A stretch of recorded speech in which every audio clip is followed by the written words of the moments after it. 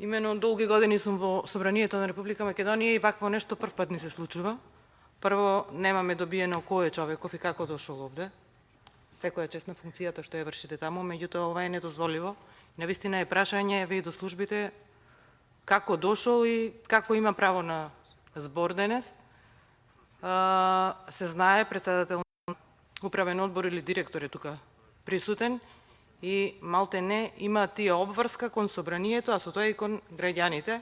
Имајте ги во предвид условите кои што ги уживаат таму, а се многу поразлични од други институции, од други агенции, од функционери во државата.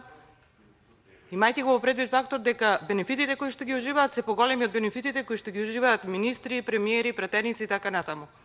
И ова што денес се случува овде е недозволиво.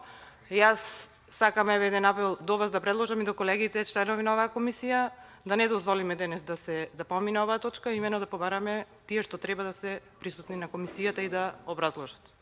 Затоа што мислам дека ни образложението не беше како што треба.